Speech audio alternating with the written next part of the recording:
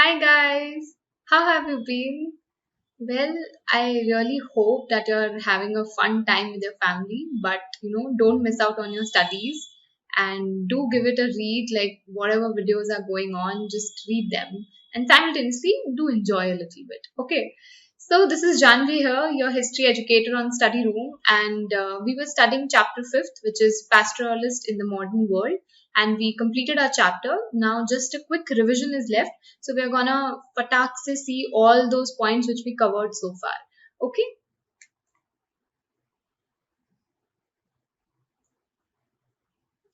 So, first of all, the movement of the nomads, it started in the early 19th century when the Gujar Bakarwals of Jammu and Kashmir, they moved to the mountains in search of pastures. So that is how the movement of the pastoral nomads began.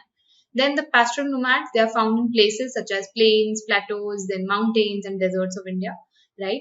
Then thereafter there was colonial rule. So the colonial rule, it changed the lives of the pastoralists and they had to face many more difficulties, right? There were a lot of hardships that they were facing. Then British officials, they were always suspicious of nomadic people because they used to roam from one place to another in search of their pastures. So in 1871, they passed the Criminal Tribes Act. So if you remember those four reasons, first was the land revenue, then there was taxation, then there was Criminal Tribes Act, and then there was this one more, right? Then thereafter, grazing tax was also introduced by the British government in most pastoral lands of India, right? But still, the pastoralists, they were able to cope up with these changes a little bit. Then, talking about pastoralism in Africa, over 22 million Africans depend on some forms of pastoral activities for their livelihood, and this is their present condition. Then we talked about the Maasai community, so they are the nomadic pastoralists who depend on milk and meat for subsistence.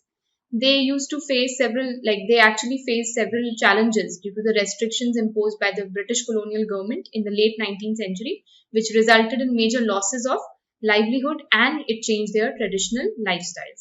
So this was all about the chapter, but it ended on a nice note, like it was a very optimistic note that nowadays the environmentalists, they are recognizing the pastoral life and they think that yes, these pastoral nomads are highly suited for those hilly areas and they should not be drawn out of those areas.